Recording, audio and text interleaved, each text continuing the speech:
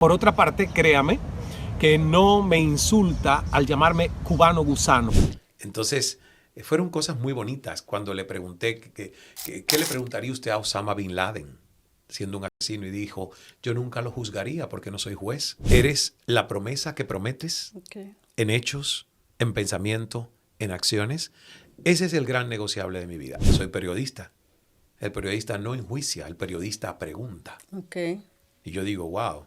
Fue con el presidente Evo Morales, siendo el presidente de Bolivia, porque la entrevista su ministro de presidencia la cancela. Ya estando montadas las cámaras y las luces en el Palacio de Presidencia. Bienvenidos a un episodio más. Sigo desde la ciudad de Miami y desde el Cala Center. Y hoy, como siempre, les tengo un súper invitado, un invitado excepcional. Él es autor de diferentes libros, conferencista internacional, mentor y un gran ser humano, que yo de verdad desde que lo conocí ha transformado mi vida. Y pues sin más preámbulo, estamos con Ismael Cala. ¡Al fin! Se nos hizo, Betty. Gracias. Gracias, Ismael. Me habías invitado desde el nacimiento del podcast, pero qué mejor oportunidad que tú estar acá una semana en el Cala Center y ser tu invitado en este estudio que tanta historia tiene conmigo y con tantos invitados. Me encanta verte en la silla que habitualmente es la mía. Y que yo sea el invitado. Bienvenida a tu casa. De verdad que primero que todo, muchas gracias. Me siento feliz, bendecida, agradecida de estar aquí en Miami, pues teniendo la oportunidad de tantas entrevistas y aquí en tu casa y que me hayas permitido este lugar. Con todo gusto. Para hacer historias inspiradoras, para crear contenido pues para mi audiencia. Y que además te está yendo espectacular. Amén. Muy bien, que lo haces muy bien. Además, la selección de los invitados, de las historias, el contenido. Así que este podcast va para arriba, para arriba, para arriba. Amén, así es. De verdad que ya inicialmente pues empezamos allá en Atlanta, sí, en mi lugar de trabajo, en mi empresa. Después empecé a viajar con múltiples compromisos y dije, bueno, vamos a hacer podcast to go. Me encanta. Entonces, porque así viajas el mundo y conoces sí. a las personas donde viven, donde radican. Así que ese es el mundo de hoy. Se nos hace más fácil todo. Así es. Entonces, bueno, empecemos. Adelante. Bueno, como todos saben, tú eres de Cuba. Cuéntame esos inicios cuando saliste de Cuba y cuando llegaste como inmigrante.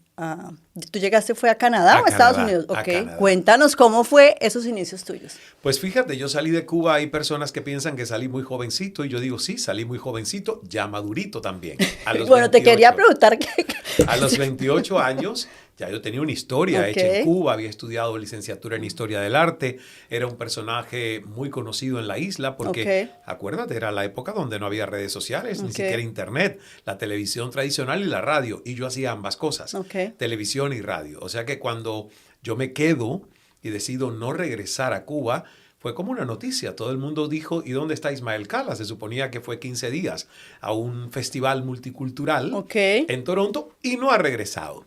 Y empezaron las especulaciones de que yo estaba haciendo una novela, de que me había quedado no sé qué en qué. Y la realidad es que yo desde los 20 años quería salir de Cuba, ya con más, digamos, madurez, determinación.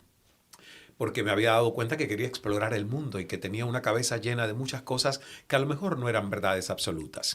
Y que el viajar me iba a contrastar con la historia tan pequeñita de una isla rodeada por mar en relación con todo lo que existe fuera de esa isla. Así que se cumplió no a los 20, sino a los 28 y Toronto y Canadá fueron el lugar donde Dios decidió y quiso que yo llegara. No fue por elección propia. Bueno, cuéntame, ¿y cuáles fueron esos primeros trabajos que llegó a hacer Ismael en Toronto? El primero fue de mesero, camarero. Porque al yo llegar y no tener dinero, ni tampoco la posibilidad que tienen otros migrantes de que pueden decir, mamá, papá, envíame algo por Western Union. Esa no era mi opción. Yo más bien tenía que decir cómo empiezo a trabajar y a generar. Y mi primer trabajo fue en ese restaurante que tenía Ramón, La Rancheta Dominicana, un restaurante de comida dominicana, y ahí yo fui mesero, sin saber mucho inglés y sin saber tampoco servirle a los demás. Entonces fue una muy buena experiencia de vida, hacer algo que al principio fue por necesidad y a regañadientes y luego darme cuenta que lo debería hacer con la intención de servirle a los otros y hacerle pasar un mejor momento. Bueno, Ismael, ¿y tú en Cuba, cuando saliste, allá eras ya una figura pública? Sí, hacía radio, hacía televisión, tenía un programa nacional que se llamaba Estaciones en las noches, en Radio Rebelde, otro programa en otra emisora nacional en las tardes, un programa de música muy popular que se llamó De 5 a 7. Y hacía en televisión un show de concursos los sábados en la tarde, muy visto el programa en toda Cuba, que se llamó ¿Quién sabe? Entonces, imagínate, a falta de uno tenía 3 programas nacionales, 2 en radio, 1 en televisión, y además hacía animación en teatros y en cabarets, de orquestas, música de salsa. Yo hacía de todo lo que tuviera que ver con la industria de la comunicación y el entertainment para ganarme bien la vida, ¿no? Y era muy conocido porque, ya te digo, en Cuba, un país en ese momento con 2 cadenas nacionales de televisión, solo 2, y unas pocas emisoras nacionales, pues todo el que tenía un programa a nivel nacional era bastante conocido en todo el país.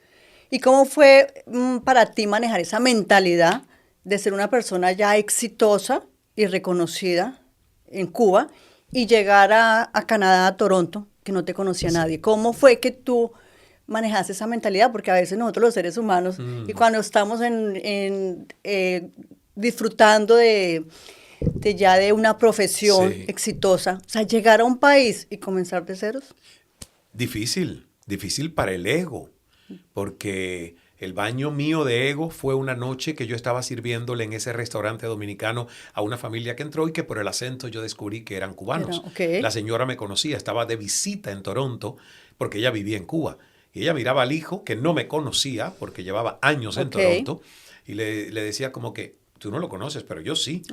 Ese es de la televisión. Hasta que ella se atrevió a preguntarme, ¿tú no eres Ismael Cala? Y yo, sí, yo soy. ¿Pero qué haces tú sirviéndome aquí en este restaurante? Tú eres una estrella de la televisión y la radio en Cuba. ¿Qué haces tú? La mujer estaba en shock. Yo imagino que es como que yo vaya a Los Ángeles y vea a un personaje de televisión que admiro como Oprah Winfrey sirviéndome en la mesa. Pensaría que es una broma, ¿no?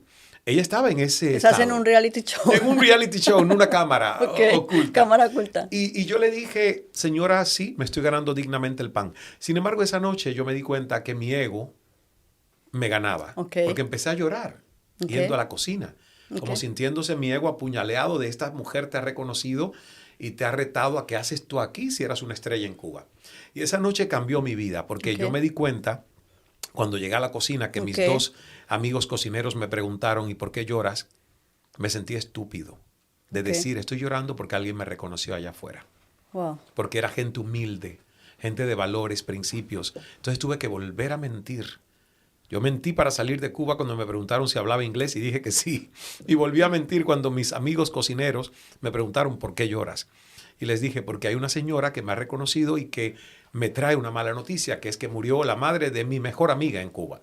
Y ellos me abrazaron y pobrecito Ismael. Y yo me sentí peor porque digo, les he mentido, pero no me atrevo a decirle la verdad porque me siento estúpido de pensar que porque alguien me reconoció y piensa que estoy haciendo un trabajo de menor valía, yo me sienta mal. Y esa noche me fui a mi casa y hubo un cambio de perspectiva que me hizo a mí prometerme que yo serviría mejor. Y que mientras me tocara ser camarero, mesero, yo lo tenía que hacer con amor.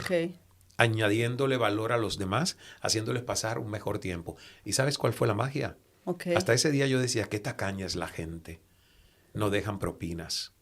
A partir de ese día que yo cambié, empezaron a darme propinas.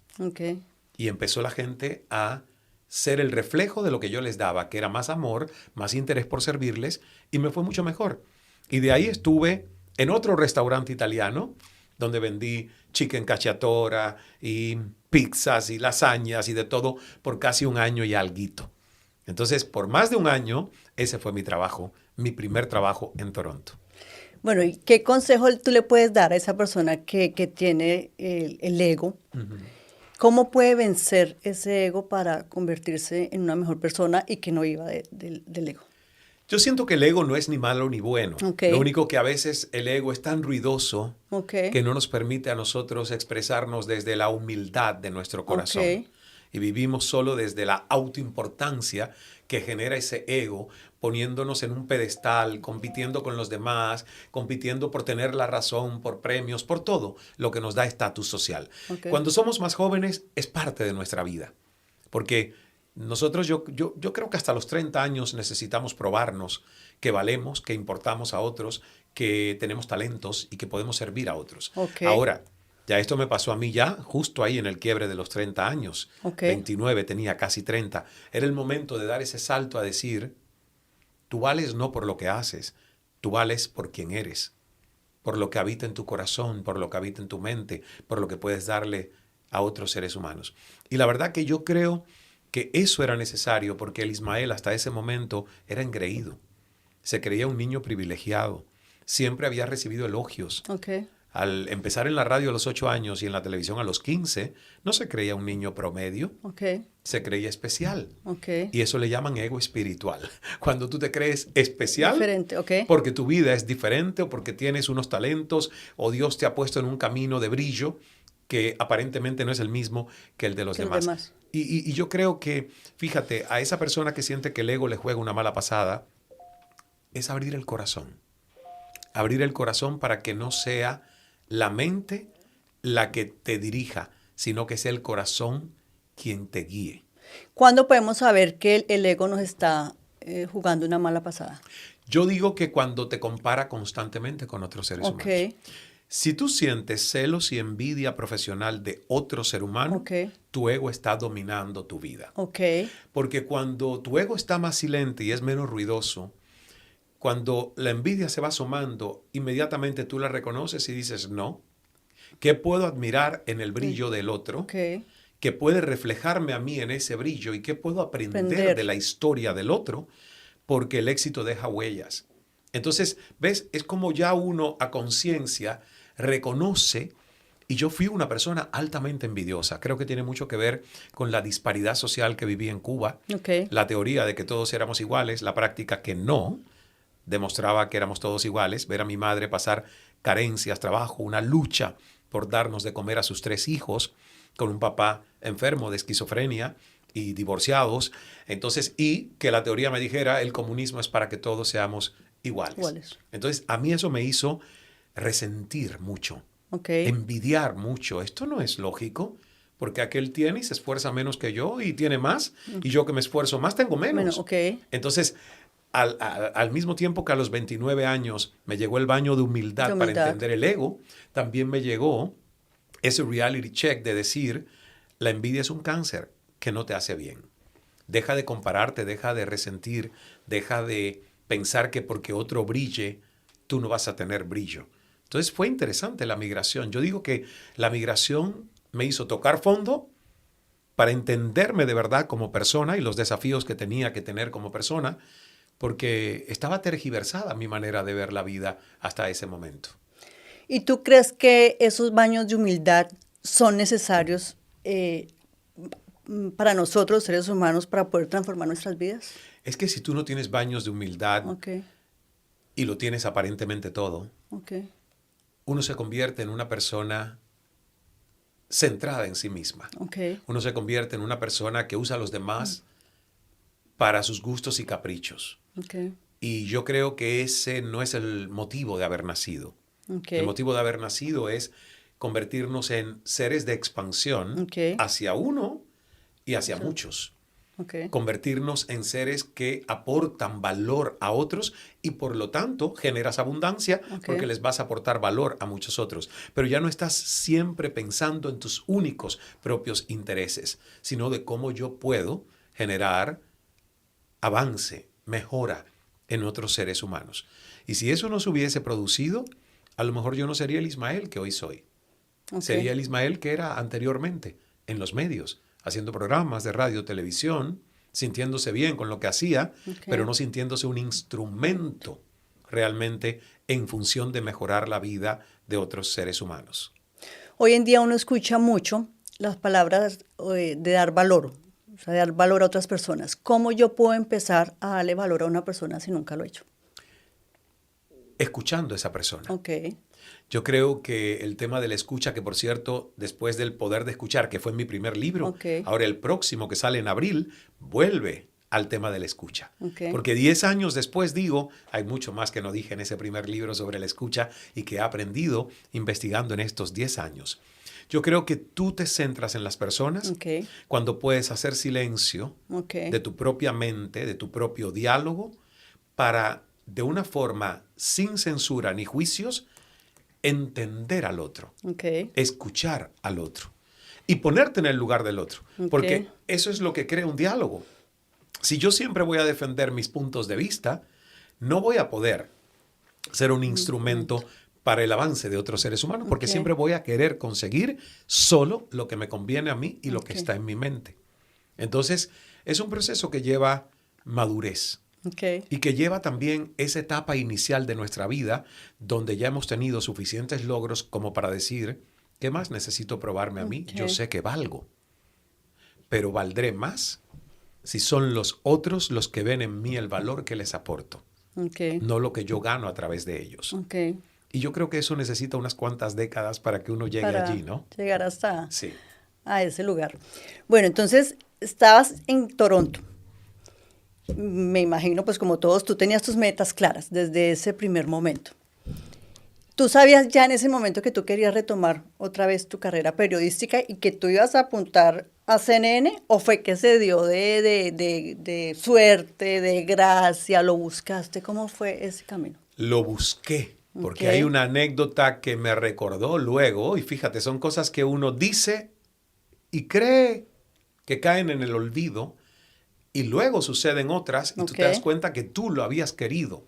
Por eso es tan importante el poder que tiene el verbo, como dicen las Sagradas Escrituras, está en la Biblia. Tu verbo es tu verdad, tu verbo genera tu realidad.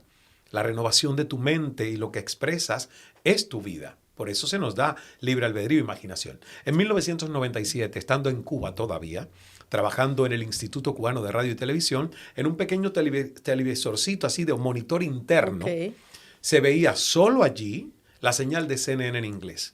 Y un día dicen, vamos a cambiar porque ha surgido la versión de CNN en español.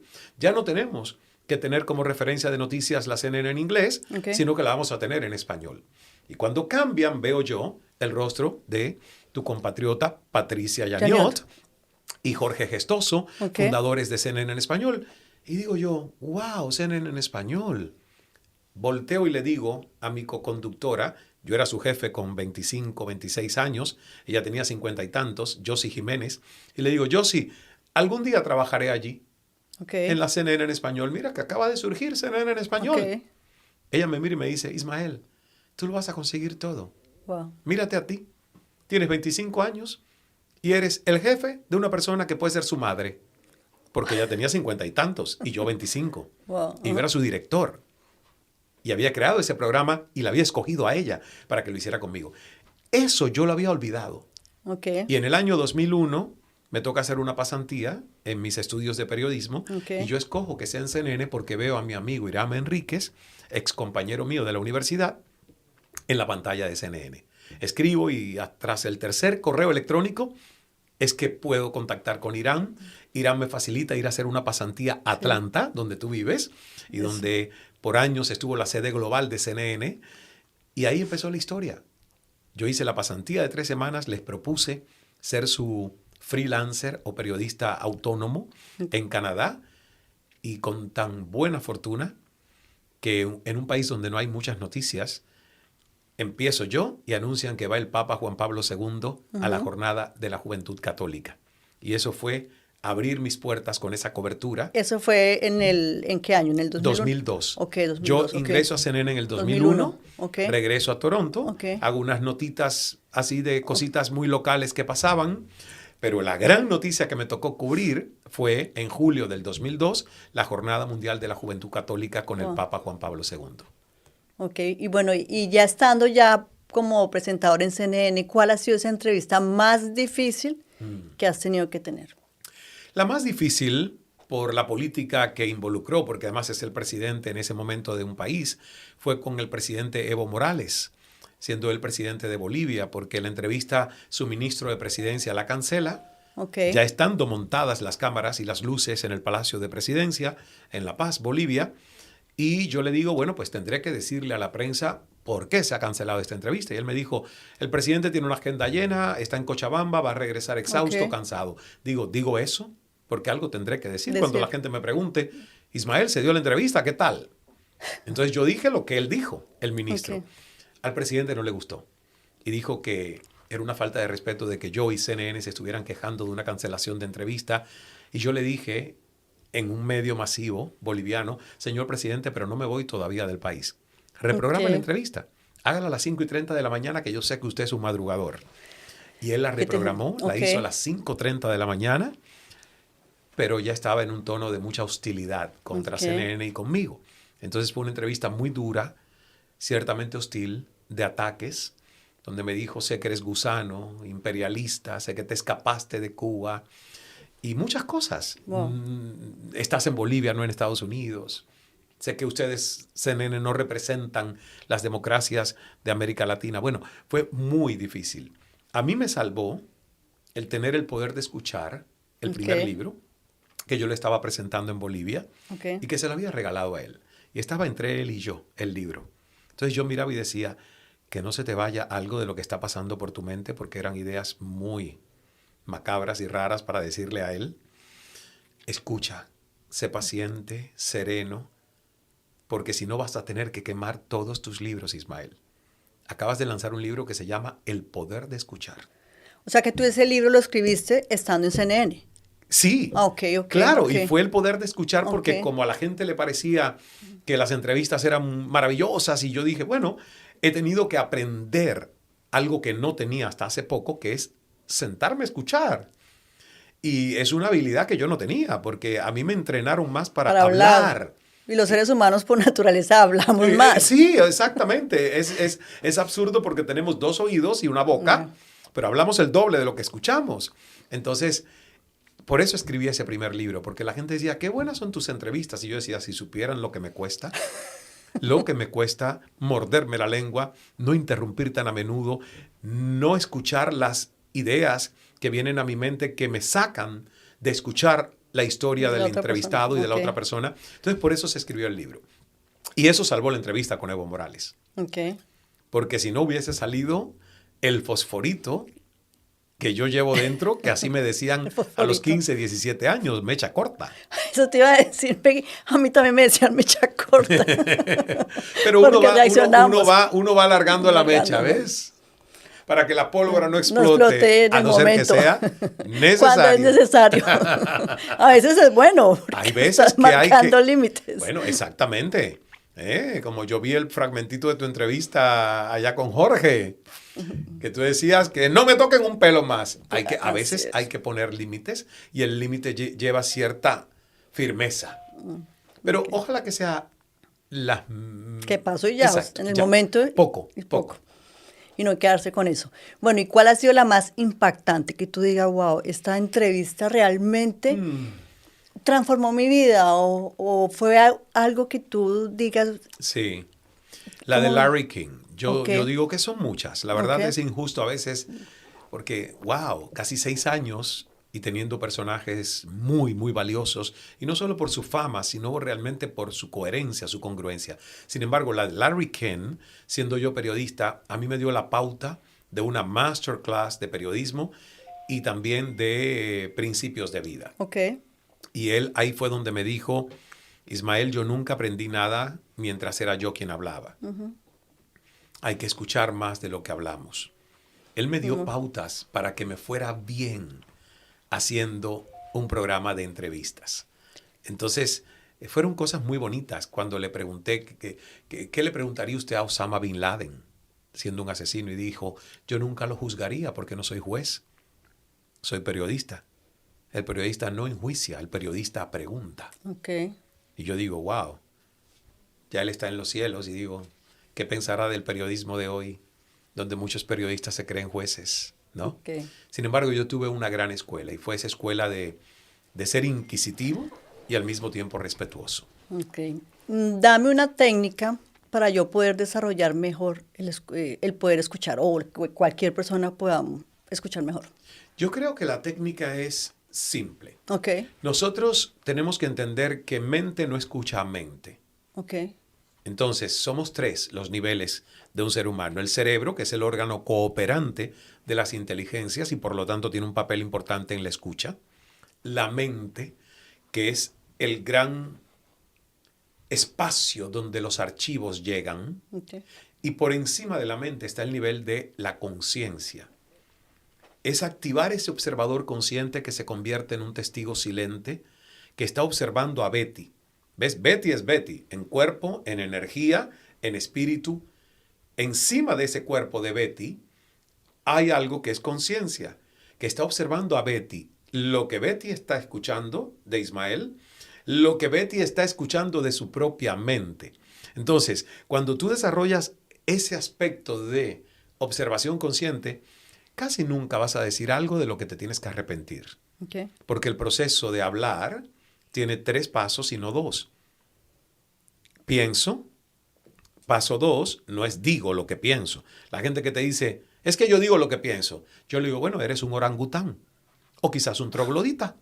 O en qué nivel inferior de evolución estás. Porque si eres una criatura inteligente, no debes siempre decir lo que piensas. Porque el paso 3 es digo. Pero el paso 2 es organizo, estructuro, filtro, contextualizo, edito.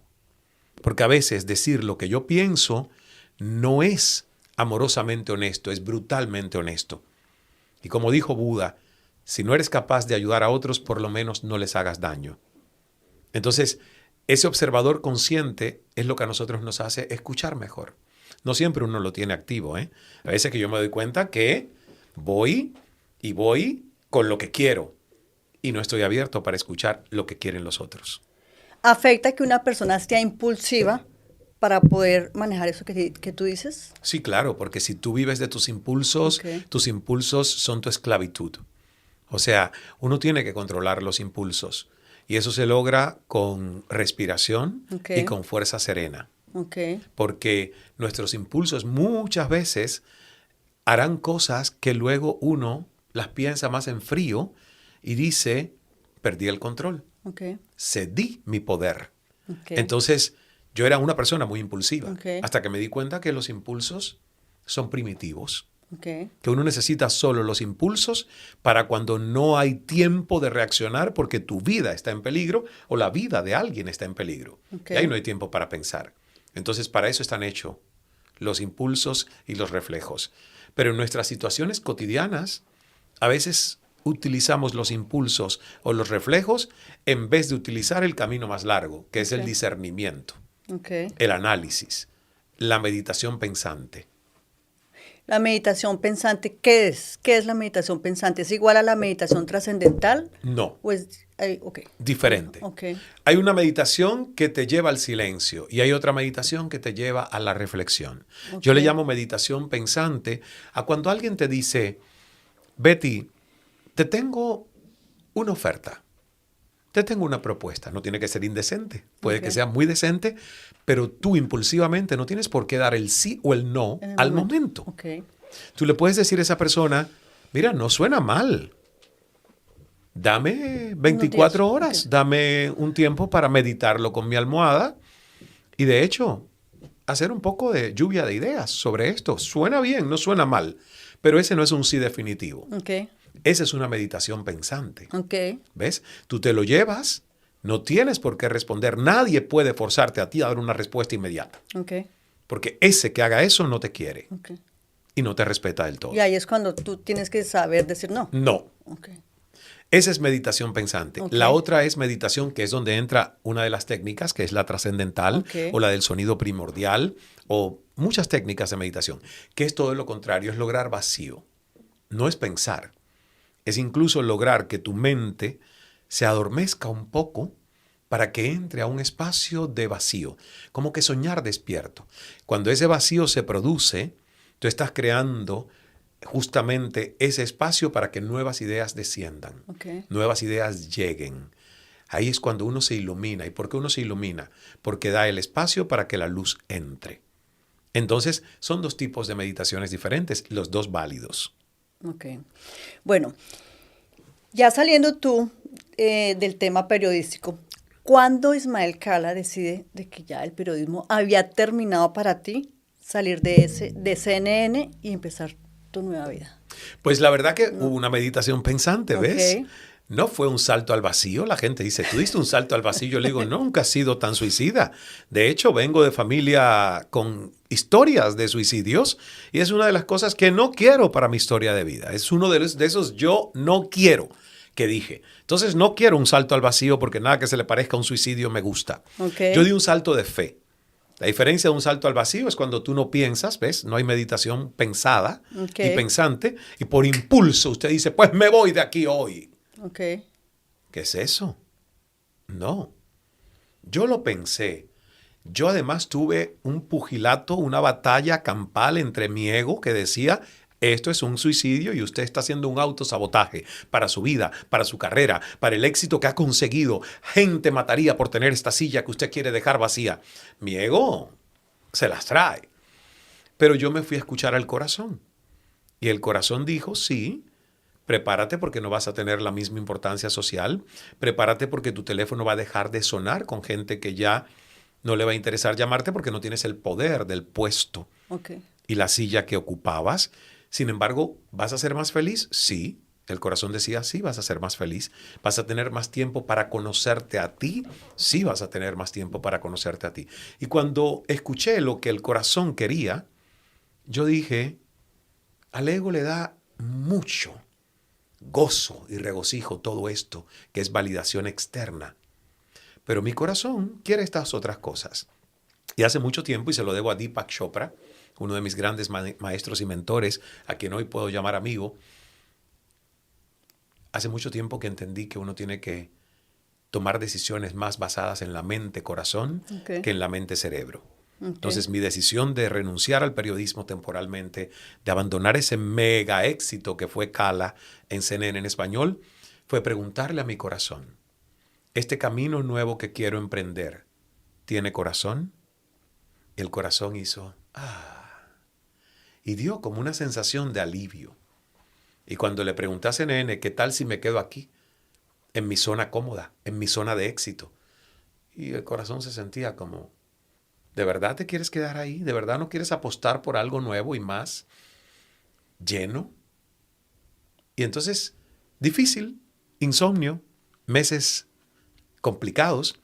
El día que comuniqué la decisión a mis directivos de CNN, dormí en paz. Ok. Eso quiere decir que la decisión, al ser comunicada, liberó mucha tensión, liberó mucho dolor, mucho desasosiego. Eso no quiere decir que hay momentos donde yo dije, ¿lo pudiera haber hecho diferente? Pero es lo que sucedió y es lo que en el momento pasó, ¿no? ¿En algún momento sentiste miedo? Y miedo, tal vez, esos miedos que nos paralizan. Nunca un miedo paralizante, Ok. porque la verdad que yo eché adelante, pero Ok. sí sentí mucho miedo. ¿Y sabes por qué? Porque mucha gente me inculcó miedo. Ok. Mucha gente me dijo, tus libros se venden porque estás en esa pantalla. Ok.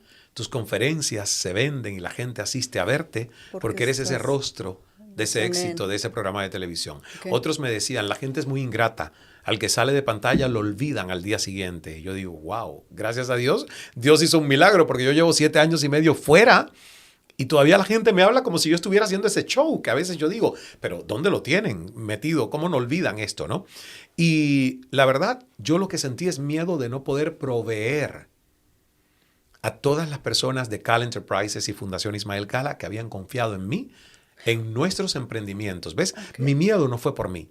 Mi miedo fue decir, ahora que no voy a tener CNN y el muy buen salario Ok. que tenía en CNN, ¿seré capaz de cubrir todo financieramente?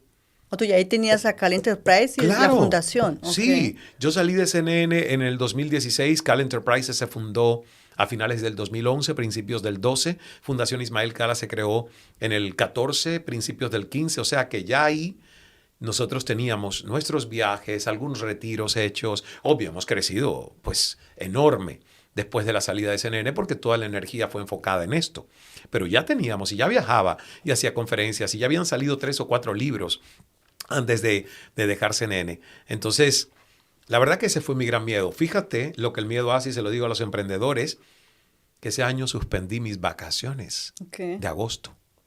¿Y por qué las suspendí?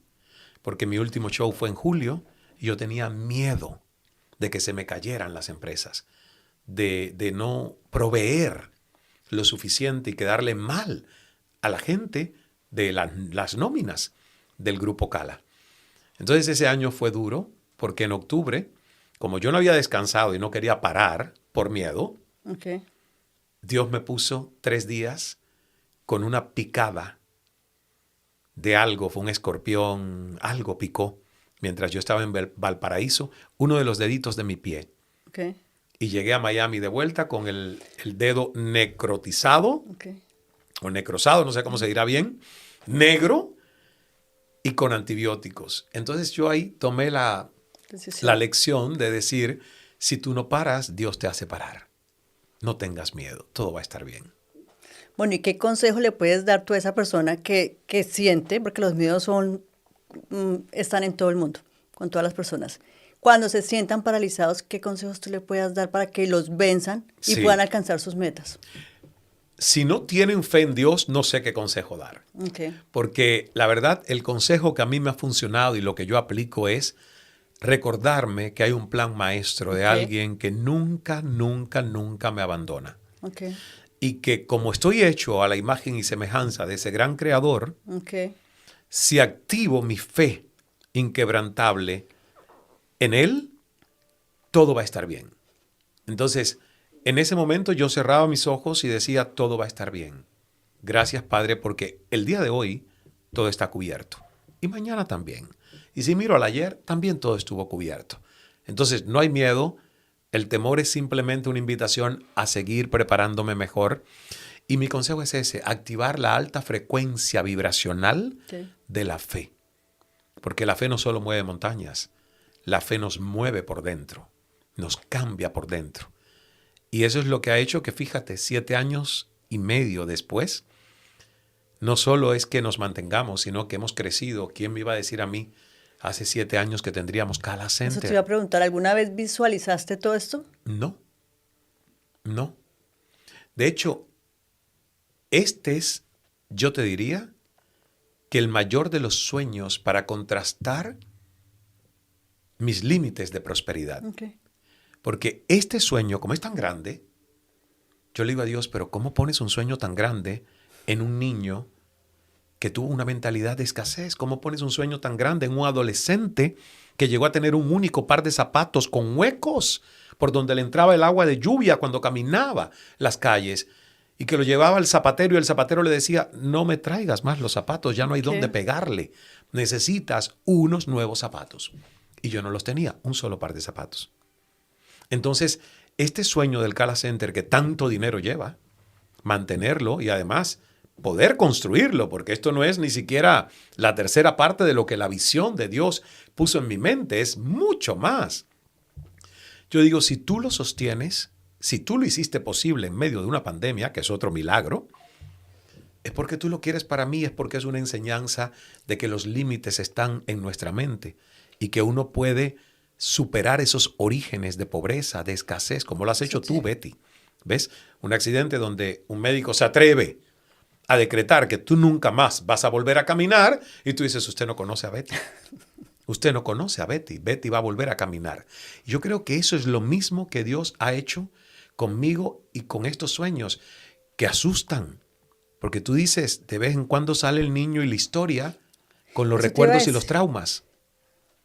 ¿Cómo hace una persona para resetear su mente si todo esto lo traemos de cuando éramos niños? Esa escasez que nos han traído de nuestros padres, ¿cómo hiciste tú para romper esos paradigmas, esas limitantes en tu cabeza? Pues la verdad yo lo sigo haciendo porque los sigo rompiendo, porque siguen regresando. Ojalá fuese tan fácil como hacemos en los rituales que a veces invito a la gente a quemar sus miedos. El ritual ayuda, pero la verdad del ritual es simplemente un recordatorio de que hay que quemar archivos, que hay que quemar el pasado. ¿Ves?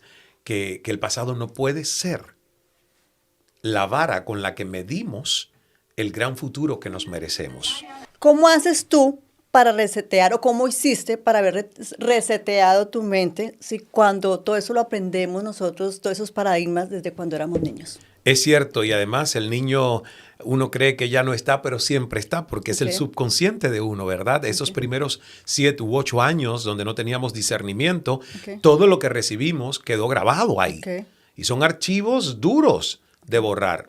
Entonces, mira, lo que yo he hecho es ir trabajando amorosamente el pasado y quemando el pasado, dándome cuenta de que muchas de estas cosas simplemente estuvieron ahí para que yo pudiera revertir la moneda, darle un giro a esa moneda, y donde hubo pobreza, generar riqueza.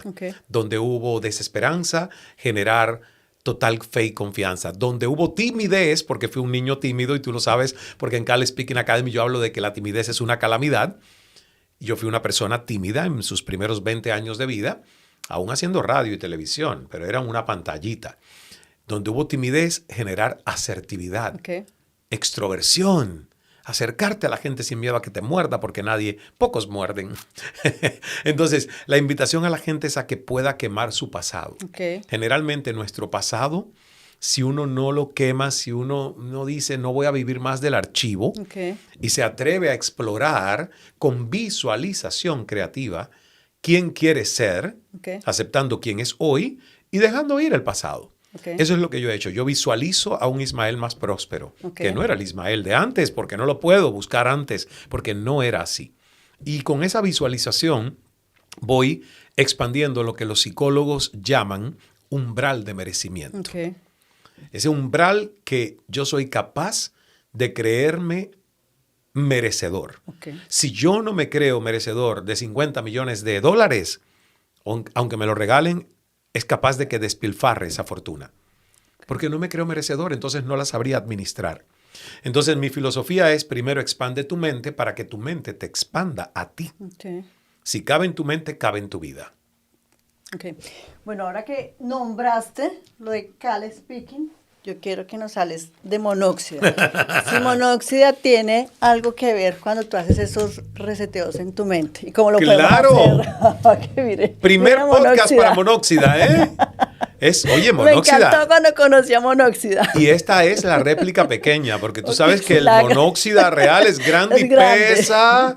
No podríamos así tan fácil levantarla. Esta viene de Bali. Monóxida es balinesa. Y la verdad que a mí me gustó su dedito acá, un poco irreverente. ¿Qué significa? Bueno, es una palabrota. Sí, Significa jódete. Jódete. Que en inglés es más fuerte aún, que es fuck you. Algo que pero Ismael, así tiene que hacer uno en sus pensamientos, esos pensamientos negativos, mira, o esas barreras mentales. Ismael nunca le diría eso a otro ser humano.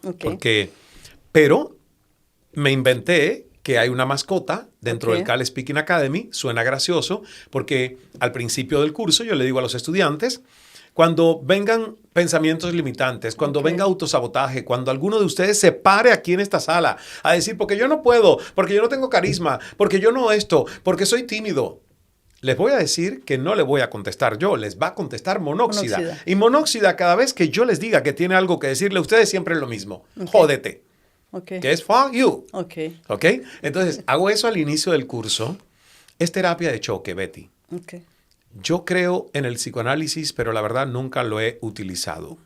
Y no quiero ir atrás a que me recuerden dónde nació la herida y cómo sangró la herida y qué pasó. No. Yo creo mucho en, al pasado. Pasado.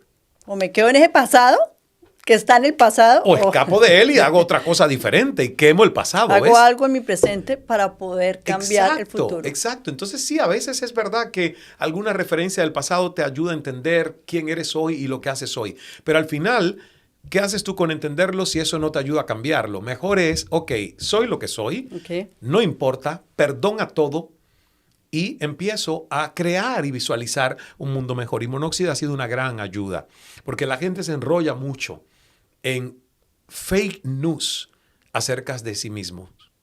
O sea, fake news, yo le llamo noticias falsas a esas historias que uno, sin darse cuenta, repite, que te han autosugestionado, haciéndote creer que tú eres de tal manera. Y uno puede cambiar. Nuestra personalidad no es una Rosetta Stone que está ahí escrita por los siglos de los siglos. Nuestra personalidad puede moldearse si yo así lo decreto, lo deseo y trabajo en ello. Si no puedo solo, busco ayuda. Por ejemplo, yo aprendí programación neurolingüística. No lo hice solo, me fui a formarme con Richard Bandler en Londres. La programación neurolingüística me ayudó a mí a curarme una fobia con la sangre, que yo me desmayaba cuando veía sangre después de un accidente de mi madre, cuando un auto la arrolla en medio de un apagón y yo pienso que se muere. Y desde ese momento, por 20 años en mi vida, cada vez que alguien me hablaba de sangre, yo veía una película con sangre, yo me desmayaba, perdía el conocimiento, porque mi subconsciente unió los dos eventos. Accidente de mi madre ensangrentada en medio de un apagón, por lo tanto, para mí sangre es asociar la muerte casi de mi madre, que al final no murió, gracias a Dios. Pero en un apagón tú no sabes si está muriendo o no. Y cuál es el daño que el auto le ha hecho al lanzarla a 3 metros y escaparse además el tipo en el auto. Entonces uno puede cambiar memorias. Eso es lo que yo quiero. Quema el pasado, mira hacia el futuro y desde tu presente hoy, haz una mejor versión de ti mismo, de lo que eres y de ti misma. Es lo que tú haces. Por eso yo digo a las personas, la teoría no es lo que emociona a otros, es la puesta en marcha. ¿Ves? Lo que nos emociona de Betty no es la teoría, es que Betty lo supo hacer. Y si Betty lo supo hacer, entonces tiene la credibilidad y la autoridad de decirme a mí que yo también lo puedo hacer. Y eso es fantástico en la vida. Y fíjate que lo que yo hago hoy no tiene títulos. Yo le digo a las personas, yo estudié 2 cosas en la universidad que ninguna de las 2 las estoy ejerciendo. Licenciatura en Historia del Arte y licenciatura en Periodismo. Y hoy hago coaching, hago transformación a seres humanos, liderazgo. De nada de esto yo tengo un título universitario. Y no hay quien me pregunte dónde está ese título. Porque no está basado en el título, está basado en la credibilidad de alguien que lo supo hacer y que entonces tú dices, si él pudo, yo creo que él puede ayudarme a mí a hacerlo. Así es. No hay mejor autoridad que esa. Bueno, como tú bien sabes, porque pues también te quiero agradecer que gracias a ti por ese prólogo tan maravilloso que me escribiste. Con todo gusto. Es un honor para mí ser el prologuista de tu libro. Me encanta verlo ahí ya con el prólogo. Fantástico. Y lo leí de verdad que dije, wow, increíble cómo mi historia puede inspirar a una persona como tú. O sea, los principios del líder bambú lo describiste uno a uno. Sí. Y de verdad que te quiero agradecer porque gracias. Cuando lo leí sentí una emoción grande en mí. Decía, wow, Betty, mira hasta dónde estás llegando. Gracias, gracias. Y tú eres un ejemplo de inspiración. Por eso te trajimos al negocio de Ser Tú, que fuiste un mega éxito allí con todas esas personas, escuchándote, sintiéndote, viéndote, porque todos los seres humanos tenemos esa capacidad, pero no todos lo logramos. No todos tenemos la misma fuerza, la fortaleza interior que tienes tú. Y por eso, cuando alguien tiene esa fortaleza, no se queda con ella por dentro, hace lo que tú estás haciendo, llevándola a generaciones, a niños con libros de niños, la fundación, que tuve la oportunidad también de ver en Bogotá el trabajo y el impacto de tu fundación, ayudando a personas con necesidades en su movilidad. Entonces, Dios te premia por eso. Porque uno a veces se pregunta, bueno, ¿y por qué a mí me tocó esto? No, el para qué te tocó. El para qué te tocó es porque transformó tu vida y te convirtió, miren lo que hablábamos al inicio de la entrevista, te convirtió no solo en la historia de Betty, en que la historia de Betty se convirtiera en la historia de muchos. De muchos, transformando las vidas de muchas personas. Exacto. ¿Qué mejor legado que ese? Es un regalo que llega a través, sí, de dolor, pero un dolor y mucho dolor, sí, un dolor que ha generado amor de ti hacia otros. Y yo siento que cambiando un poco de ingredientes, fue el mismo dolor que a lo mejor yo sentí y la misma pregunta que me hice muchas veces de decir, ay, ¿por qué no me tocó otra familia? ¿Por qué me tocó esta? ¿Y por qué no me tocó otro país? ¿Y por qué me tocó este? Y hoy lo entiendo todo. Hoy el rompecabezas hace sentido. Tenía que haber ese dolor para que ahora haya mucho más amor que uno quiera compartir con otros. Si no, el amor se queda hacia uno mismo y hacia los seres queridos y la sangre. Y ese no es el amor incondicional. Es el que tú estás dando con el libro, con el podcast. Tú no necesitas el podcast, ya tú eres un éxito. Tú lo haces porque quieres seguir aportándole valor a otras personas, la fundación. Eso es lo que nos hace a nosotros sentirnos en un camino de verdadera riqueza y prosperidad. Así es, bueno, y dentro del libro, tú sabes, escribí mi método Fénix, Sí. que es el acróstico. Cada letra es Sí. un factor. La F de felicidad, la E del éxito, la N los no negociables, la I, inspiración, ideación y la implementación, porque nada pasa si tú no haces nada. Y la X del factor X, que es el elemento desconocido, habla de los dones y talentos que tenemos cada ser humano. Y en este caso te voy a preguntar a ti de los no negociables. ¿Cuáles son los no negociables de Ismael? Wow, yo creo que los no negociables para mí tienen que ver con los principios y los valores. Okay. A mí me gusta rodearme y que la gente además sepa que cuando conoce a Ismael, el Ismael que conoció es aún mejor que a lo mejor el que creía haber conocido. A la distancia, a través de la tele, a través de un video que vio, a través de un curso online que tomó. Okay. Porque yo siento que ese para mí es un no negociable. Hay muchos charlatanes en el mundo.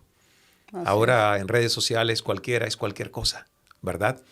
Pero lo que se mantiene en el tiempo solo se mantiene con coherencia, con congruencia, con esa autoridad que da el paso del tiempo. Para mí es un no negociable el perder esa fiscalización que tengo a diario conmigo de decir, Ismael, eres la promesa que prometes en hechos, en pensamiento, en acciones. Ese es el gran negociable de mi vida. Y el otro gran negociable es no permitir que el mal tiña mi corazón. Y yo creo que eso lo conversamos en Atlanta, en un almuerzo tú y yo. Así es. Porque hay cosas que nos pasan en la vida. Y hay cosas donde nos sentimos traicionados, engañados, donde las cosas no nos salen como queremos. Pero yo siempre digo, Ismael, por una traición, por una decepción, por un desengaño, tú no puedes cambiar tu esencia y tu naturaleza. Porque entonces tú estarás dándole al mundo de ese resentimiento, de esa hiel, de ese mal sabor, de ese elixir amargo y no de lo que realmente tú debes ser, que es inocencia, que es miel, que es bondad. Cuesta, porque hay historias que pasan que tú dices, Dios mío, ¿cómo no protegerme más? Pero ahí es donde yo digo, no, confía en Dios. Es una prueba para que tú no cambies tu naturaleza, para que tú no cambies tu esencia. Dios te está probando para que te mantengas fiel y firme a lo que tú quieres ser. Y eso es un negociable. Porque hay mucha gente que te invita a ojo por ojo, diente por diente. Si te dan, da. Si no te dan, resérvate. Y esa no es una manera de vivir. Porque entonces tú serías un camaleón. Y serían transacciones condicionadas y condicionantes. Ese yo creo que es un gran segundo no negociable. Cambiar mi esencia. Okay. Bueno, ¿y cuál ha sido ese fracaso, el peor fracaso que tú has tenido, pero que ahí sacaste los mejores aprendizajes? La verdad que es que a mí me cuesta pensar en un gran fracaso. Cosas que salieron mal varias. Pero ya no las veo como fracasos, porque con el paso del tiempo, ¿ves? Al principio cuando algo sale mal, en el momentito ese, tú lo ves como el gran hueco donde caí. Pero cuando lo pones y dices paciencia, que el tiempo va a poner esto en nueva perspectiva, tú te das cuenta que el fracaso fue quizás una bendición, que evitó algo peor, que te desvió de otra cosa que no convenía y fue una distracción dolorosa. Hay distracciones dolorosas en la vida. Entonces, mira, yo te diría que fracaso. A mí hay emprendimientos que no me salieron bien, como la idea de hacer un buró de speakers, Cala Speakers, le llamé. Y la gente quería cobrar más de lo que el mercado quería pagar por ellos y fue un fracaso. Y al final yo quise hacer eso para promover a otros speakers y conferencistas y salió totalmente desastroso porque la gente creía que al asociarse con Ismael Cala ya podía pedir $10,000 sin haber hecho nunca una conferencia. Ninguna empresa quiso pagar. Entonces, estrepitoso fracaso. Yo dije, Dios mío, bueno, esto no salió. Pero luego fue un aprendizaje. Y luego además de ahí surgió una alianza con Estrella Flores Carretero, el Instituto Europeo de Inteligencias Eficientes, abriendo sucursal en Estados Unidos gracias al fracaso de Cala Speakers. Entonces, al final no hubo fracaso. Al final yo dije, pues esto no era lo que iba a ser. Fue el pretexto para que naciera esto otro. que le ha ido muy bien con Estrella y su instituto, traerlo de Europa acá, primero de la mano de Cala Enterprises y ahora ya caminando solo, ¿no? Entonces pongo ese ejemplo porque yo tuve un show en México que duró 2 meses en Televisa. Qué tarde tan padre, fue una cancelación empezando y cancelado. Yo lo vi como el gran fracaso de mi vida porque dije, me he venido a México, contratado por Televisa, el gran sueño de todo comunicador hispano, y que mi show sea un fracaso. Mira, Betty, si eso no hubiera fracasado, yo no hubiera tenido 8 meses de un mini sabático que se lo había pedido al universo y no tenía dinero para costearlo y Televisa me dio por contrato de exclusividad todo ese pago de ese año, aunque no lo trabajé. Se canceló el programa por una situación del mundo, año 2008, la burbuja inmobiliaria. Pero además, si ese show no se cancela y yo tengo éxito en México, yo no sería el Ismael Cala que soy hoy, porque no hubiese regresado a Estados Unidos, CNN no me hubiese vuelto a recontratar y no hubiera surgido el programa Cala en el prime time. ¿Ves? Lo que en el 2008 fue un gran fracaso de la cancelación de ese programa en Televisa, que tarde tan padre, hoy cuando miro atrás digo, fue una distracción dolorosa. Dios tenía un plan diferente para mí, que además era un mejor plan que el que yo estaba insistiendo en cristalizar allí. Que muchas veces uno quiere meter la cabeza y es por ahí, por ahí. Claro, y no, hay que fluir. Yo digo acción determinada, hasta que Dios te está diciendo, por ahí no es. Suelta, confía que hay otro rumbo. Otra mejor oportunidad para ti. Exacto. Bueno, y ya para terminar, que yo sé que tú eres una persona muy ocupada, dime o cuéntanos qué es aquello que nadie sabe de ti acerca de Ismael. Wow. Aquello que de pronto, y te gustaría compartir, algo que nadie sabe de ti y que me la quieres dar en exclusiva. Bueno, yo no sé si lo saben mucho, pero en realidad yo estuve a punto de ser padre. No sé si lo sabrán. Creo que alguna vez he contado eso, pero no sé si tu audiencia a lo mejor lo sabe. Y para mí es una cosa interesante porque yo a veces sí tengo un pequeño arrepentimiento de que dije que no cuando pude haber dicho que sí a ser papá a los 24 años. De hecho, hace poco, hará 1 mes y medio atrás, vino Eva, quien en ese momento era mi mujer. No estábamos casados de papeles, pero convivíamos juntos. Tuvimos 2 años de noviazgo y convivencia. Matrimonio no oficial. Y mi hijastra, que en ese momento tenía 3 años y a quien yo casi le prohibía que me dijera papá, porque me aterraba ser un padre que dejara hijos abandonados, como yo sentí abandono en el divorcio de mi padre y mi madre. Y esos traumas quedaron en mi cabeza. Entonces, a veces eso es lo que hubiese querido que hubiese sido diferente, ¿ves? No haber tenido esos traumas, haber dicho sí, aventurarme a haber tenido ese hijo a los 24 años, porque aunque hubiese habido o no divorcio, yo sé que nunca hubiese sido un mal padre o un padre ausente. Entonces, nada, es parte de lo que es la historia de uno. Y recibí a esta chica que ahora es una mujer. Gracias a Dios no se acordaba que yo no quería que le dijeran papá porque tenía solo 3 añitos. Y recibí a Eva, a quien no veía de hace muchísimo tiempo y con quien tengo una relación estupenda, de una amistad increíble. Ambos hemos tomado caminos totalmente diferentes a los que teníamos a los 20 y tantos años y nos respetamos y nos admiramos mucho. Yo creo que eso es algo que no mucha gente sabe, porque generalmente yo hablo más de mi mensaje y no tanto de mi historia de vida privada. Pero es interesante porque la vida privada a veces te demuestra de que sí tú estás condicionado por herencias y por episodios que has vivido. Qué bueno. Bueno, y por último, ¿dónde podemos conseguir a Monóxida? Pues tienen que irse a Bali o la pueden venir a visitar al Cala Center cuando hagan Cala Speaking Academy, nuestro evento. No la podemos conseguir aquí en Estados Unidos. No, solamente acá no allá. Está. Okay. Bueno, no sé, la verdad, yo no me atrevo a decir que alguien no la tenga, pero lo que sí sé es que es hecha artesanalmente en una villa de artesanos de madera en Bali, en Indonesia. Si quieren venirse a Bali, eso sí podemos invitarlos, ¿ves? A que puedan unirse a Secretos del Bambú Bali. Es en el mes de noviembre de este 2024. Toda la información la pueden encontrar en ismaelcala.com. Ahí tienen eventos. Te iba a decir que tus redes para la audiencia que no te conoce. Fácil, Ismael Cala en todas las redes, incluyendo la página web que es ismaelcala.com. Solo somos @Cala en X, antiguo Twitter. Ahí es más cortito el arroba Cala. Pero en las demás, incluyendo LinkedIn, YouTube, que tenemos mucho contenido en YouTube, Ismael Cala, así nos encuentras. Bueno, Ismael, muchas gracias. De verdad, una vez más, gracias por el privilegio de esta conversación tan maravillosa. Siempre para mí es un placer compartir al lado tuyo. Gracias a ti, Te Betty. admiro mucho, eres un gran mentor y la verdad, tú has transformado mucho mi vida. Gracias, gracias. Y gracias a ti por esta invitación, que yo sé que estoy invitado desde el inicio, pero todo tiene su momento exacto y perfecto. Así es. Éxitos y felicidades. Gracias, gracias a ti.